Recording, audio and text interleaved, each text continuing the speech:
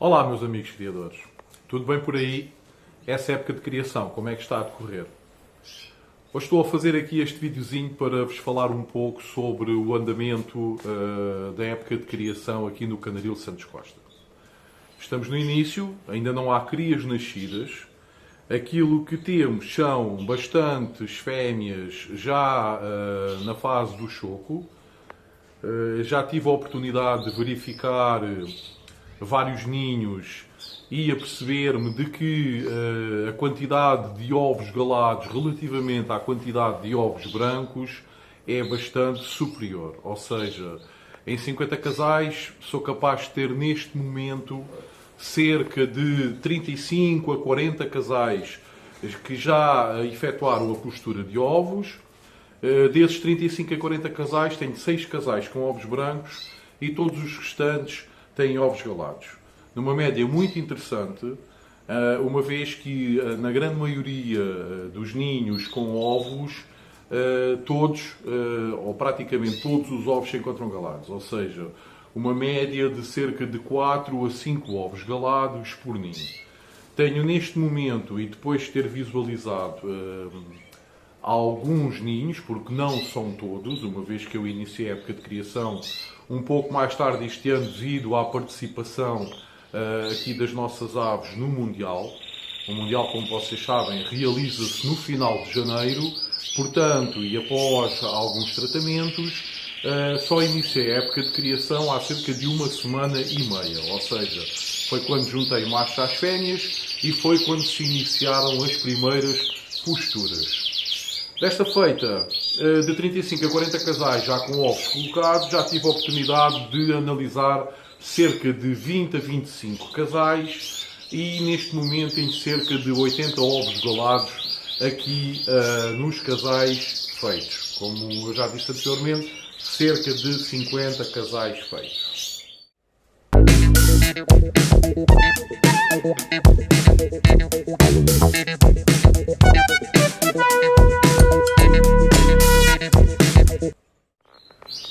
O tempo aqui por Portugal e como na grande maioria do país podem confirmar, não se encontra ainda muito certo, está bastante incerto. Ora está sol, ora está chuva, ora está frio, níveis de umidade ainda bastante elevados, o que não é muito bom para a eclosão dos ovos. Portanto, temos de tentar manter aqui os níveis de umidade entre os 45% e os 60% a 65%, não deixar aumentar mais o nível de umidade, pois lá fora os níveis de umidade ultrapassam os 80% a 85%.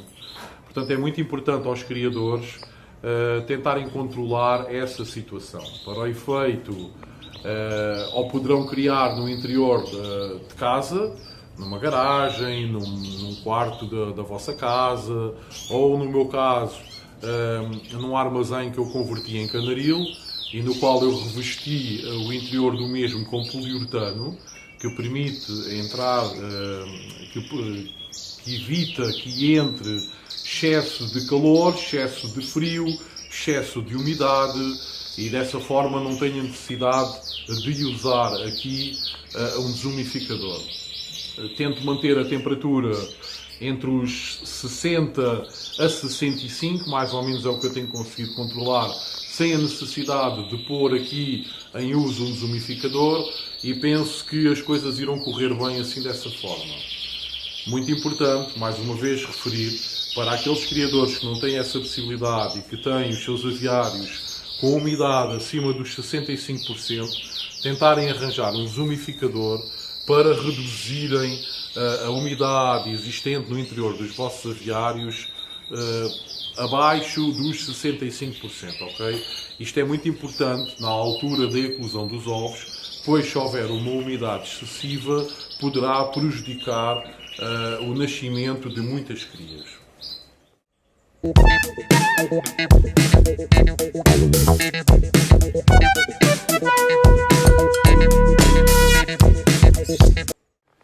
Eu este ano estou a criar com 50 casais, ou seja, tenho 39 casais de Gloucesters e tenho 11 casais de London Fancy. Aumentei um pouco mais os casais de canários London Fancy. O ano passado iniciei a época de criação com 7 casais. Desses 7 casais, uma fêmea morreu e outra fêmea acabou por nunca conseguir ter crias. Portanto, efetivamente, acabei por criar apenas com 5 casais. Qualquer das formas, a época não correu mal. Tirei 43 London Fancies, o que foi bastante bom. Este ano, com 11 casais, estou a pensar aproximar-me das 100 crias de London Fancies. Estou a pensar tentar tirar cerca de 100 London Fancies. E vocês perguntam, então como é que com 11 casais vai conseguir chegar aos 100 London Fancies? No mundo ideal, cada casal, conseguindo fazer 3 posturas, sendo que cada postura fossem de 3 ovos galados, teríamos 9 crias por cada casal. Claro que isso nunca acontece.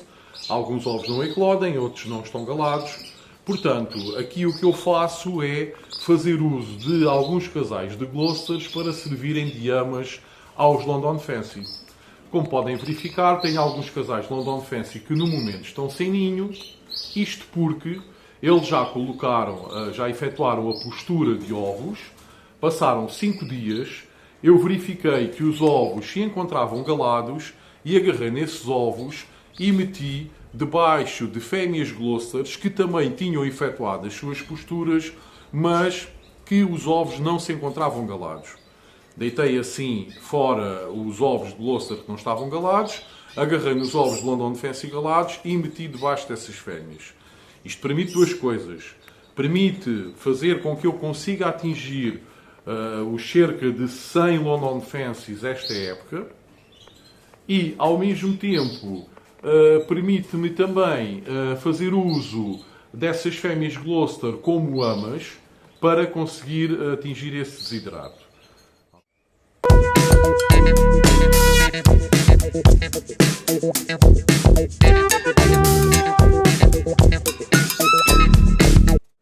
A previsão para o nascimento das primeiras crias será no dia 9 de março, domingo.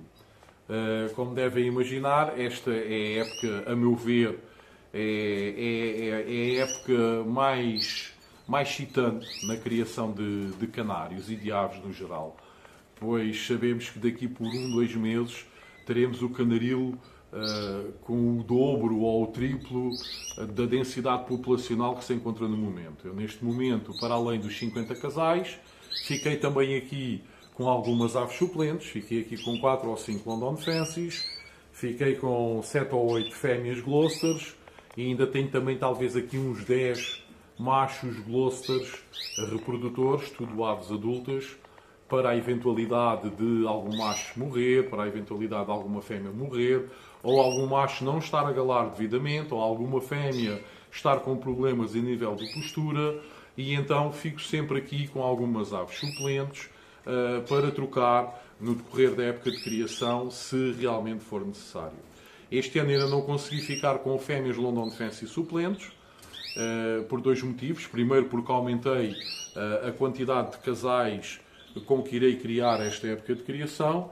O segundo foi devido também à elevada procura de exemplares e acabei por ceder também algumas aves, alguns casais de London Fancy, o que me permitiu fazer apenas 11 casais e não mais.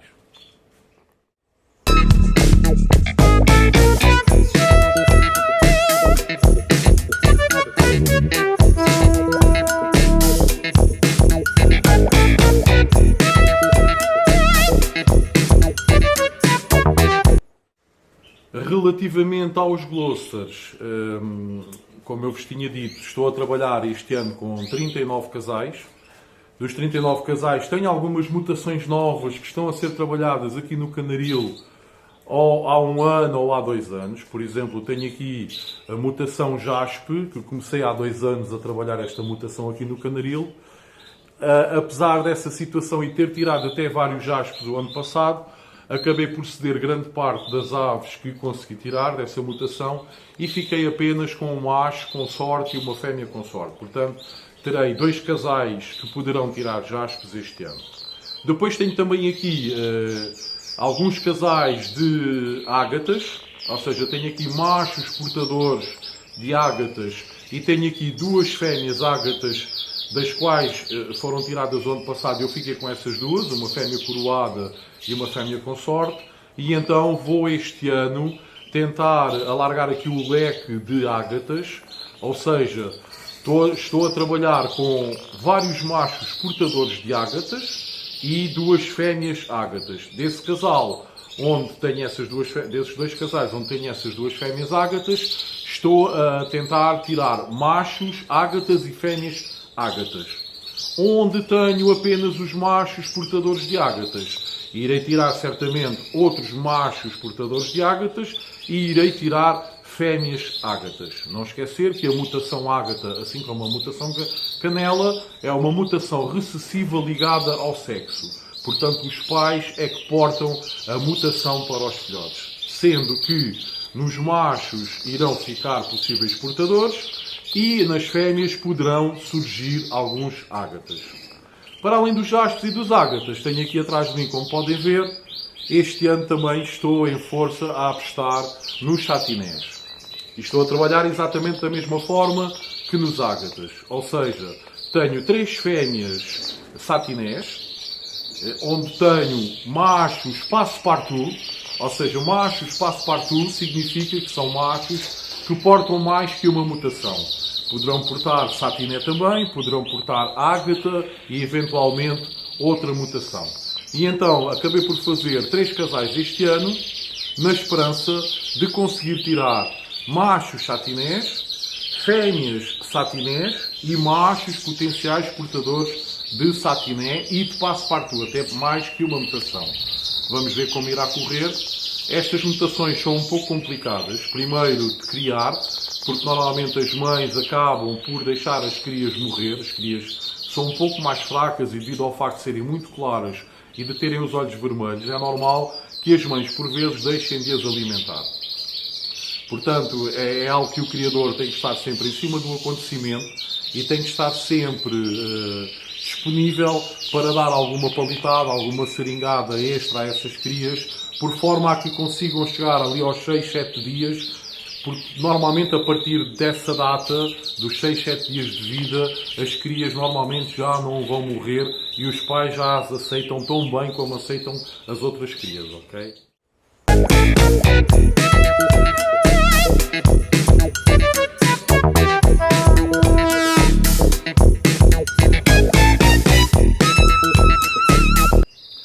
Depois tenho aqui vários casais para tirar aves intensas, ou seja, onde eu não junto macho intenso com fêmea intensa, não. Agarro no macho intenso e junto a uma fêmea melânica, agarro um macho intenso ou uma fêmea intensa e junto a outra espécie, que pode ser lipocromo amarelo ou lipocromo branco. Pronto, um bocadinho por aí. Tenho ainda também vários casais para tirar azuis.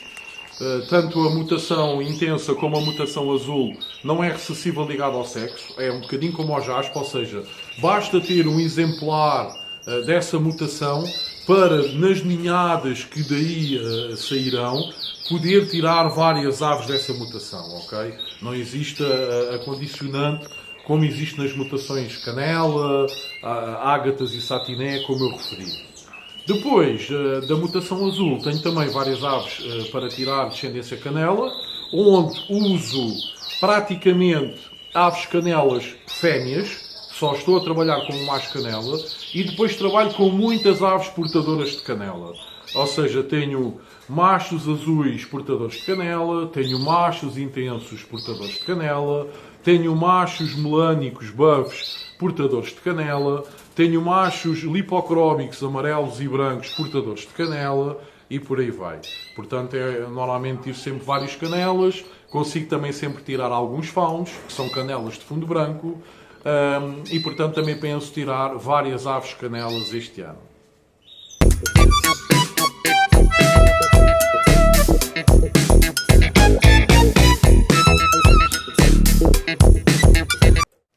No geral, estou extremamente satisfeito com este início de época.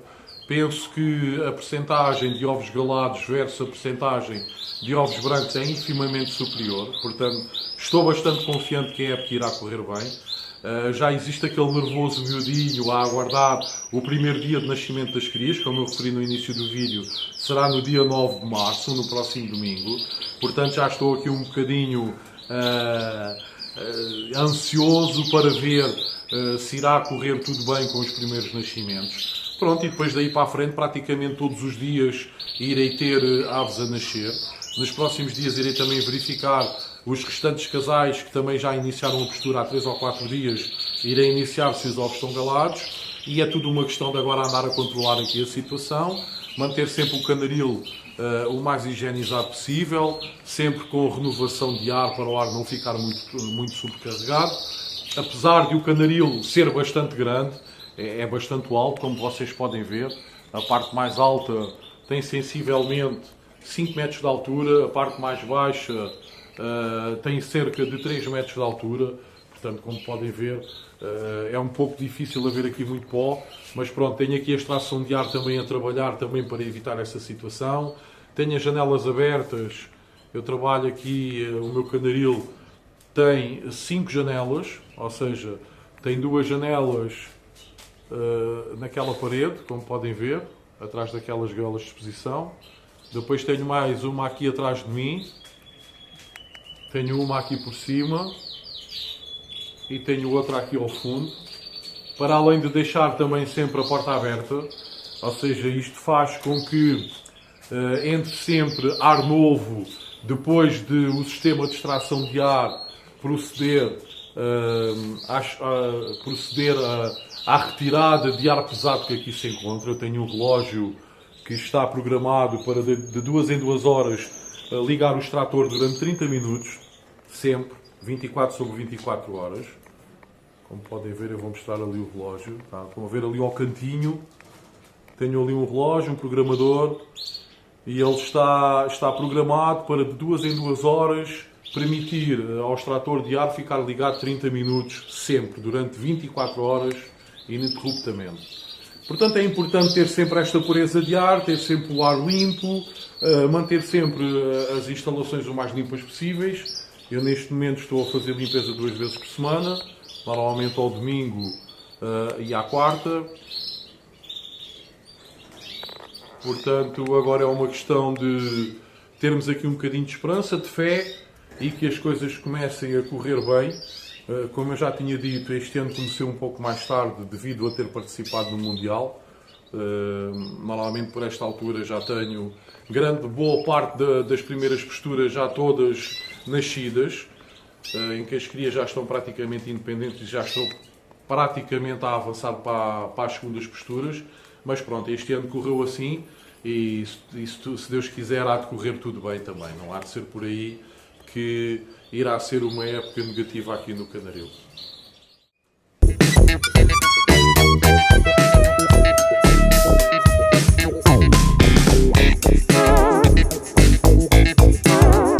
Tenho visto nos últimos dias no Facebook um texto a falar sobre bicagem dos ovos com uma agulha nos últimos dias antes de nascer, para que as crias consigam eclodir, devido à falta de umidade ou ao excesso de umidade. Tenham cuidado com essa técnica. É uma técnica que efetivamente resulta, mas eu não aconselho criadores que não tenham experiência a efetuar essa técnica.